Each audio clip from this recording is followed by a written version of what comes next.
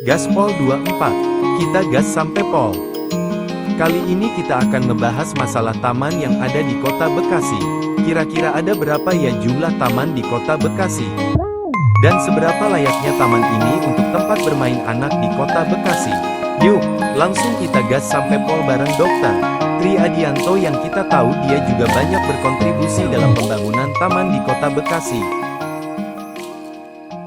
Salah satu yang membuat kebahagiaan warga masyarakat adalah kalau kemudian ada satu activity yang dilakukan di luar rumah, ya, dalam hal ini apakah itu di taman, apakah itu di pusat-pusat kegiatan olahraga, ataupun ada di pusat-pusat kegiatan perbelanjaan, ya, karena hari ini Kota Bekasi menjadi kota jasa dan perdagangan, ya. Berangkat ke mall itu bukan lagi menjadi untuk belanja, tetapi untuk rekreasi, ya, karena di sana bisa bermain, karena juga di sana ada tempat ruang terbuka hijaunya, tetapi juga dilengkapi dengan permainan buat anak-anak, ya, dan juga tentunya disiapkan juga tempat kita makan, ya. Jadi oleh karena itu ini menjadi satu pilihan.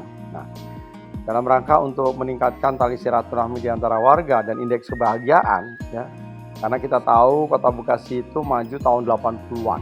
Ya, jadi oleh karena itu banyak taman-taman yang hari ini terbengkalai, yang kemudian tidak tertata, yang tidak terpelihara. Ya, jadi sudah 2 tahun saya kira, ya, bagaimana Kota Bekasi mengoptimalkan, ya, hampir setiap tahun itu ya menyiapkan anggaran membangun 100 taman. Ya, jadi hampir setiap kelurahan itu dibangun dua taman. Ya, kalau tahun lalu dititipkan melalui dana LPMBKM sebesar 250 juta, dan tahun ini kalau nggak salah 420 juta.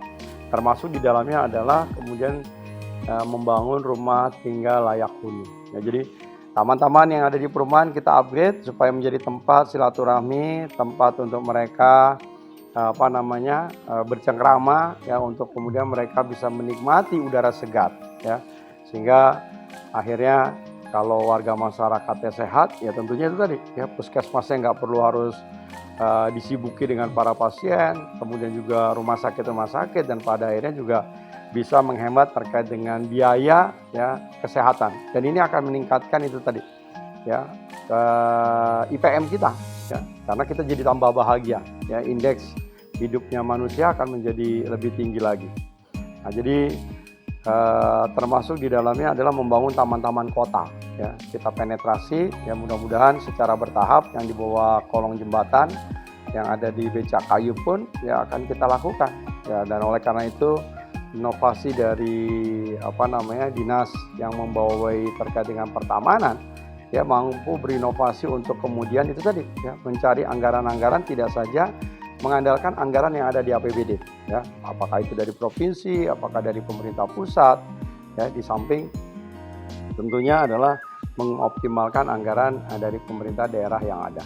Jadi taman menjadi salah satu tempat buat bercengkrama, taman tempat untuk membuat kita bahagia, ya. Karena di negara-negara maju, ya, di negara-negara kita lihat peradaban dunia yang baru, yang namanya di Jazirah Arab, luar biasa, ya, mereka membangun itu ditata kotanya, ya, pedestrian menjadi sesuatu yang menjadi kewajiban disiapkan oleh pemerintah, ya, sehingga pada saat sore malam hari itu menjadi sesuatu yang sangat menyenangkan kalau kita bisa berjalan kaki, ya, jadi kita tidak menjadi manja, ya, tidak harus itu tadi, ya, transportasi door to door, tapi dari satu wilayah, dari satu tempat. Kalau kemudian, ya, kotanya ini aman, kotanya ini bersih, kotanya ini terfasilitasi dengan pedestrian, ada taman, ini tentu akan membuat hidup suasana, ya, dan kita juga bisa mereduksi, ya, terkait dengan sinar matahari pada saat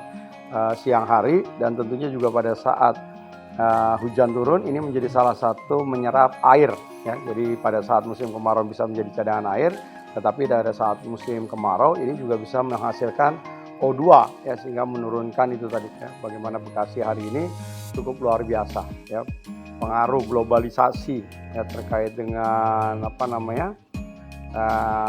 efek global alam ini yang kemudian implikasinya itu kepada Bekasi.